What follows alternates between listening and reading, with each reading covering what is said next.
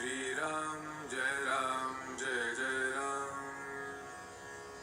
श्रीराम जय जय राम श्रीराम जय जय राम श्रीराम जय जय राम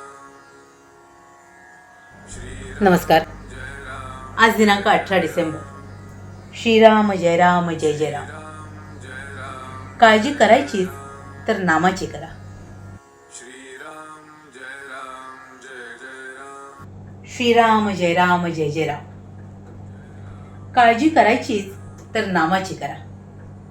आपण असे पाहतो की आज जे दुःखाचे वाटते तेच पुढे सुखाचे होते, आणि जे सुखाचे आहे असे आज वाटते तेच पुढे दुःखाला कारणीभूत होते. तुम्हाला जे सुख दुःख येते ते भगवंतापासून येते म्हटले तर दुःखाचे कारणच काय? जोपर्यंत परक्याने दिलेले दुःख भगवंतानेच दिले असे वाटत नाही तोपर्यंत आपण भगवंताचे झालो नाही. आपण घाबरतो केव्हा? तर आपला आधार सुटला म्हणजे जे जे होते ते रामाच्या इच्छेने होते असे समजावे. संकटे देवाने आणली तर ती सोसण्याची शक्तीही तोच देतो. समर्थांचे होऊन असे भ्यावे का? समर्थांचे जे झाले त्यांनी परिस्थितीला नाही डगमगू. प्रत्यक्ष संकटाचे निवारण जर करता येते तर मग भीती कशाची धरावी? मुळात जी भीती नाही ती तुम्ही मनाने निर्माण करता याला काय म्हणावे?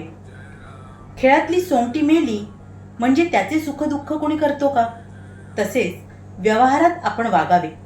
सुखाने हुरळून जाऊ नये आणि दुःखाने अस्वस्थही होऊ नये. असे व्हायला आपले मन शांत राहणे हे जरूर असते. जोपर्यंत मी करता आहे अशी भावना असते तोपर्यंत सुखदुःखाचे हेलकावे मनाला बसतातच. म्हणून करते पण रामाकडे द्यावे आणि देहाने कर्तव्यात राहून मन शांत ठेवावे.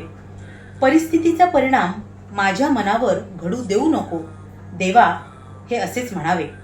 परिस्थितीच बदल असे देवाला म्हणू नये. ज्याप्रमाणे एखादे विष रक्तात मिसळावे त्याचप्रमाणे काळजी आपल्या अंगात भिनली आहे, त्याला वरून औषध लावले तर उपयोग होत नाही. यासाठी भगवंताच्या अनुसंधानाचे इंजेक्शनच दिले पाहिजे.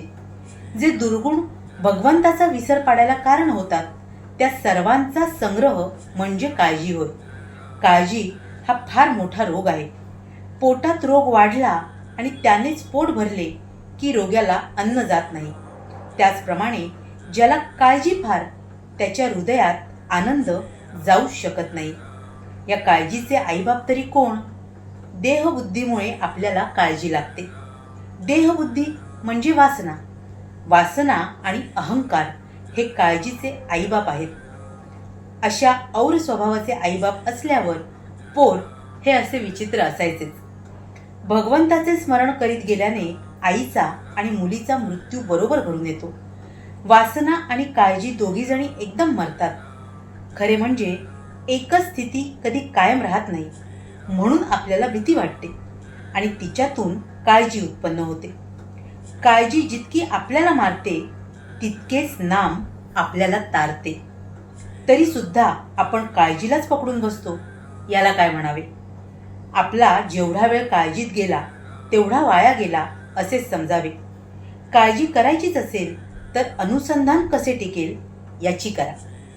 नामाची काळजी घ्या म्हणजे काळजी करायची वेळच तुमच्यावर येणार नाही. श्रीराम जय जय राम. श्रीराम जय जय राम. किती सुंदर सांगतात महाराज इथे आपल्याला. आणि म्हणूनच आपण काय करायचंय तर फक्त आपलं सारं काही आपण आपल्या गुरूंवर, आपल्या परमेश्वरावर सोपूया. आपल्या आयुष्यातल्या प्रपंचातल्या ज्या साऱ्या विवंचना आहेत, ज्या साऱ्या काळज्या आहेत, ते विषय आपण त्यांच्या चरणी अनन्य भावाने सोपवून देऊया आणि काळजीपूर्वक त्यांनी दिलेलं नाम घेऊया. त्या नामाच्या आनंदात रंगून जाऊया आणि आयुष्यात जे समाधान आहे ते प्राप्त करूया. हीच त्या गुरुचरणी आणि भगवत चरणी प्रार्थना.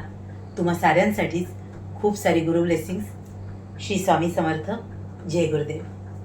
श्रीराम जय जय राम श्रीराम जय जय राम श्रीराम जय राम